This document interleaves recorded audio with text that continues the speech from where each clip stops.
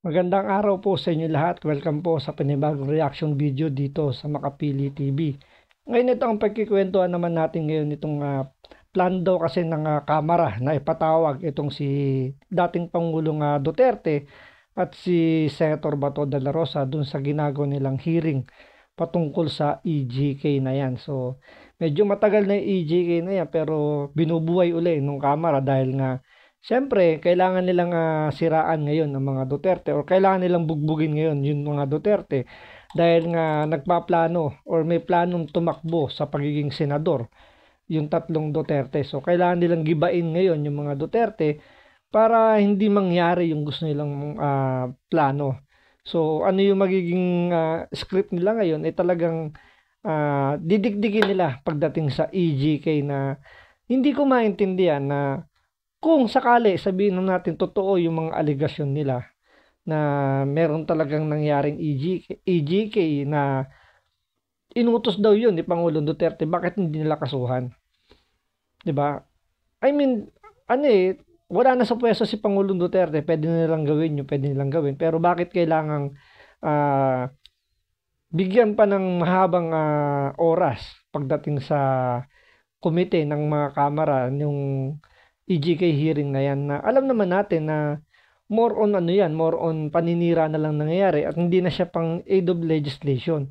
Dahil hindi naman sila hindi naman sila korte para magsabing guilty. Pero ang lumalabas kasi sa hearing ng Kamara ay pinalalabas sila guilty kagad itong si Pangulong Duterte. Siyempre, oo, may pronouncement si Pangulong Duterte na tungkol sa war on drugs, which is kung tatanungin nyo naman yung taong bayan kung nagustuhan ba nila yung naging hakbang ni Pangulong Duterte, marami nagsasabi at majority sinasabi na effective yung ginawa ni Pangulong Duterte.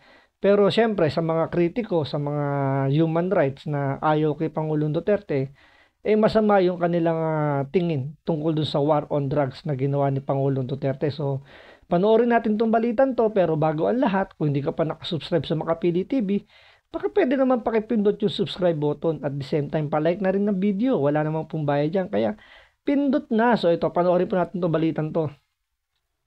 Sinisimula na ng House Committee on Human Rights ang investigasyon sa umano'y extrajudicial killings noong Duterte administration. Plano nilang imbitahan sina dating Senador Laila de Lima, dating Pangulong Rodrigo Duterte at dating PNP Chief Bato de la Rosa. Alam nyo, kung sakaling mangyari na magharap-harap, halimbawa dumalo yung tatlong yan, ang mangyayari dyan parang circus na lang yan, batuhan na lang ng batuhan ng mga akusasyon. Siyempre, sa side nila Duterte, nila Senator Bato, siyempre i-deny nila yung aligasyon.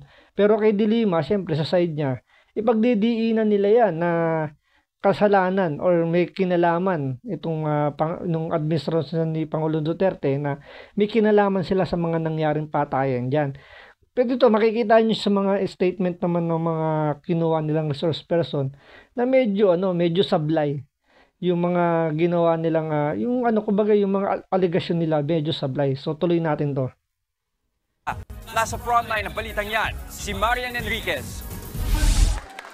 Posibleng magkaharap sa Kamara sina dating Senador Laila de Lima at dating Pangulong Rodrigo Duterte. Kabilang sila sa mga inimbitahan ng House Committee on Human Rights na nag-iimbestiga ngayon kaugnay sa umano'y extrajudicial killings noong Administrasyong Duterte. Inimbitahan din si dating PNP Chief at ngayon Senador Bato de la Rosa. Magsisilbing resource person si de Lima. Habang gusto naman daw ng komite na marinig ang panig ni Duterte at De La Rosa matapos nilang pakinggan ang testimonya ng ilang kaanak ng namatay sa drug war. Because of the gravity of the testimonies of these victims, they should face these people and hear the complaints. Perhaps the former president would look into his own heart and realize what he has done in the past 6 years. Kabilang Tingnan nyo, kung daw yung ginawa daw ni Pangulong Duterte dun sa past 6 years, sino ba yung mas nakinabang nung panahon nung war on drugs ni Pangulong Duterte? Yung mga sumusunod ba sa batas o yung etong mga nakakabit sa droga, 'di ba? Kahit naman sa kayo magpunta, marami talagang ang natuwa nung panahon ng war on drugs si Pangulong Duterte dahil naputol yung mga sungay ng mga drug addict, ng mga drug lord na yan dahil kay Pangulong Duterte. Malayang nakakapaglakad nung panahon ni Duterte ng gabi ang mga mamamayan natin dahil alam nila yung mga addict nagtatago na dahil alam nila may kalalagyan sila. Pero nung hindi pa si Pangulong Duterte yung nakaupo bilang presidente, baliktad. Yung mga addict, yung mga nasa kalsada at yung mga law-abiding citizen, yung mga nagtatago dahil ayaw nilang mabiktima nitong mga addict na to. Pero nung panahon ni Pangulong Duterte, nagsitago yung mga yan. 'Di ba? Ngayon nagbabalikan si Pangulong Duterte, nagbabalikan na yung mga addict at sila naman ngayon yung naghahari-harian diyan sa kalsada. Pansinin niyo yung crime rate natin ngayon pagdating sa illegal drugs, medyo tumataas na naman. Andyan na yung kabit-kabila yung mga, alam nyo, yung may pinapatay, andyan yung mga riding in tandem na naman. So, nagbabalikan. So, dahil nga nalugi sila nung panahon ni Pangulong Duterte, ngayon bumabawi sila. So, ito, panoorin po ninyo or pakinggan ninyo yung sinabi nitong di umano na isa sila sa mga biktima daw nung war on drugs si Pangulong Duterte. Pakinggan ninyo maigi.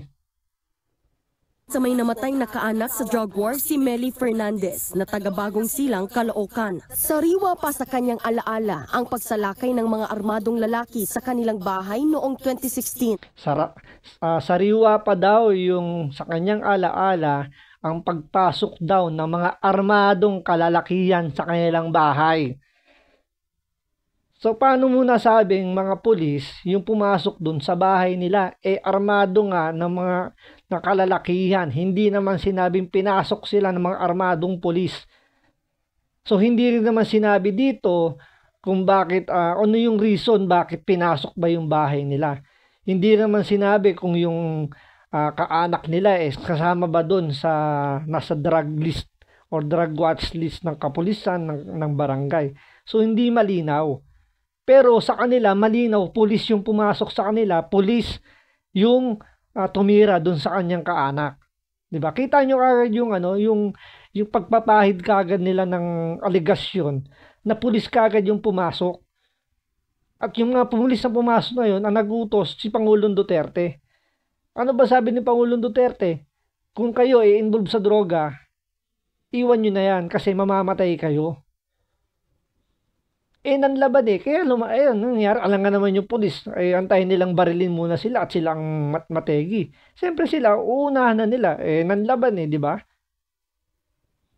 Bigla na lang daw pinaulanan ng bala ang kanyang mag-ama. Kahit ilang taon na ngayon pero masakit sa dibdib. Bakit daw siya pa? Wala siyang kasalanan, matino siyang tao. Bakit si daw pat? Matino naman daw. Yan naman lagi yung sinasabi ng mga biktima na involved sa mga ganyang kalakaran. Na alam niyo yung misa kasi iba dyan, nagbubulag-bulagan na lang na involved talaga dahil meron sila nakukuhang may pakinabang din sila doon sa ginagawa. Di naman malinaw rito kung ano yung sinabi o hindi malinaw yung sinabi na kung pulis daw ba yung mga bumaril sa kanilang bahay. Basta sinabi armadong mga tao lang daw, mga lalaki. So pero sa kanila, alam nila pulis kagad yun. Hindi ba pwede yung pumasok doon mga miyembro ng sindikato na pinatatahimik yung mga kanilang mga galamay para hindi sila maituro. So 'di ba? Dapat tinitingnan mo na yung big picture Hindi mga pulis yung tumira diyan. At ang nagutos sa mga pulis si Duterte at si Bato. 'Di ba? Ganun kagad silang maghusga kagad kaya pinalalabas nila na si Pangulong Duterte yung nag-utos. Yun ang salita ng anak ko. Diit ng grupo ng mga abogadong tumutulong sa mga pamilya ng biktima, si dating Pangulong Duterte ang pinaka-responsable sa mga nangyaring patayan sa kanyang administrasyon. Diba? Tingnan nyo, sa kanila ang pinaka-responsable kagad is si Pangulong Duterte. Di ba pwedeng ang mga responsable dyan yung mga tiwaling pulis lang? Na tiwaling pulis na konektado sa mga drug lord. Bakit kay Pangulong Duterte kagad? Siyempre, si Pangulong Duterte, ano bang mandato niya? Pangalagaan ng ating bansa, pangalagaan yung mga mamamayan natin. So, nakita ni Pangulong Duterte na tayo ay parang nasa narco country na pinatatakbon tayo ng mga illegal, ng mga drug lord. So, nilabanan ni Pangulong Duterte yon para i-save yung mga kabataan natin, yung mga pamilyang law-abiding. So, ganun talaga pag gera, tulad niya, war on drugs, talagang hindi mawawala yung, yung casualty. Pero sino ba yung mga casualty na yun? Sabihin natin yung mga nadamay na lang. Pero di ba nakulong na yung mga pulis na umabuso sa, alam niyo, yun yung talagang gumawa ng hindi tama, napanagot naman ng batas. So, bakit kailangang may ituro ka agad kay Pangulong Duterte kung hindi naman sumunod doon sa direktiba ni Pangulong Duterte? May malinaw naman silang guidelines kung paano nila ipatutupad yung war on drugs. So, bakit kay Pangulong Duterte kaagad? So, sabihin na natin, for the sake of argument, sige, si Pangulong Duterte na yung mastermind. Bakit hanggang ngayon wala pang silang sinasampang kaso kay Pangulong Duterte? Puro na lang investigasyon, puro hearing na lang sa Kamara. So, ano ba yung pinaka motibo? Bakit paulit-ulit na lang yung paghihiring yan? Siyempre, para siraan si Pangulong Duterte at ang mga Duterte. Lalo na ngayon na yung posibilidad na tumakbo sila sa Kongreso, sa Senado, at itong si VP Sara, makalaki ang posibilidad na tumakbo bilang presidente. So, nawiwindang sila. Dahil kung sakali nga mangyari na tatlong Duterte at yung mga kaalyado ni Pangulong Duterte magsama-sama at ang maging presidente si VP Inday Sara, talagang malilintikan itong mga congressman na sumipsip lang. At ngayon nakikita ni Pangulong Duterte kung sino talagang tunay na kakampi nila. On record, until 2022, you have the president saying that he was responsible for these killings. He is taking all accountability for these killings. And in fact, we also have a video recently that we unearthed where he says that his only crime is extrajudicial killings. Hindi po tayo abogado, pero hindi naman pwedeng gamitin ebidensya yung sinabi ni Pangulong Duterte. Alam na mga abogado yan. Yung iba nga, di ba, umamin na nga Tulad nung kay De Lima, umamin na yung mga witness Tapos binawi yung mga statement nila. Ano nangyari? Dismiss. Acquitted lahat ng kaso ni De Lima. So, hindi pwedeng gamitin yung ebidensya, yung sinasabi nitong abogado na sinasabing yung mga pronouncement ni Pangulong Duterte. Hindi naman pwedeng gamitin ng ebidensya sa korte yun So, pero sila, pinanindigan nila, puro hearsay lang yung yung kanilang ebidensya. Wala naman talaga silang strong evidence na magtuturo na si Pangulong Duterte talaga yung utak sa pagpatay ng mga tiwaling pulis dun sa mga, sabihin natin, sa mga inosenteng Pilipino na dami lang sa drug war.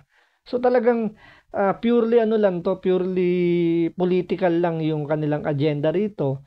Na kaya nga 'di ba, kaya nga sinasabi ni Pangulong Duterte, sa kanya human lives ang kanyang pinoprotektahan, hindi yung human rights. Kasi yung human rights, inaabuso lang yan ng mga nasa kapangyarihan.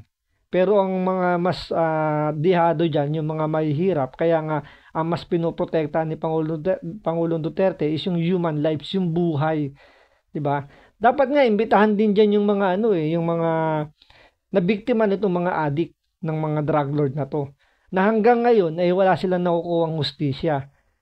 'Di ba? Dapat imbitahan din Tapos sabihin nila, paano naman po kami ng mga inargabyado ng mga drug lord na 'yan, ng mga addict na 'yan na hanggang ngayon hindi namin nakukuha yung hustisya. 'Di ba? Kasi ang nangyayari diyan, ang kinukuha lang nila is yung side lang ng mga alam niyo, yung galit lang dun sa mga ginawa ni Pangulong Duterte. Pero bakit hindi nila kunin yung side, yung mga natuwa dun sa naging war on drugs ni Pangulong Duterte? Pang pahayag sina dating Pangulong Duterte at Senador Bato de la Rosa kung haharap sila sa pagdinig ng Kamara. Nagbabalita mula sa Frontline, Marian Enrique. Pero nagbigay na ng statement dito si Senator Bato de la Rosa na hindi siya a-attend. as per advice po ni Senate President Jesus Escudero. Kasi pag kasi may rules sila dyan may rules ang Senado na hindi sila pwedeng umattend sa Congress hearing. Kasi once na umattend sila dyan, parang aabusuhin na yan ng Kongreso na ipatawag sila na ipatawag. So sabi nga dyan ni Senator Bato de la Rosa, 24 lang sila tapos aabalahin pa sila ng Kongreso, which is ang Kongreso naman napakarami nila. So hundreds po sila dyan. So hindi sila masyadong maaapektuhan, unlike kasi sa Senado na maaapektuhan sila. Isang senador lang yung ipatawag dyan. So maaabala na sila. So maaabuso rin sila. So yun nga, nagsalita na rin naman si Harry Roque na hindi raw dadalo dyan si Pangulong Duterte kasi hindi naman niya kailangan magbigay ng statement dyan. Diba? Kung ang sinasabi nga ni Pangulong Duterte, kung sa tingin nyo may kaso siyang dapat harapin, isampan nyo yung kaso at haharapin na lang nila sa korte dito sa Pilipinas. Pero ang tanong, bakit wala pa silang isinasampang kaso at puro ngak-ngak lang? Diba? Hindi nyo ba naisip yun? Kung mayroong totoong kasalanan si Pangulong Duterte, sampahan nyo ng kaso. Bakit kailangan ang nyo pa yung ICC na wala namang alam yan sa nangyari? Lahat lang naman yan, nakikinig lang naman sa hearsay ng mga sinasabing humihingi daw ng tulong sila Trillanes. Wala nga silang may pakitang ebidensya. So abangan natin sa mga susunod na araw kung talagang a-attend si De Lima. Tingnan natin. Pero pag umating kasi si De Lima dyan, ano pa i-expect mo? Siyempre, lahat ng mga isasabihin dyan, lahat na ikukwento niyan, is against para sa mga Duterte. At siyempre, kwento niya yan, siyempre, sila ang bida dyan. So, abangan natin sa mga susunod na araw. So, maraming salamat po sa panonood. Ingat po kayo lagi.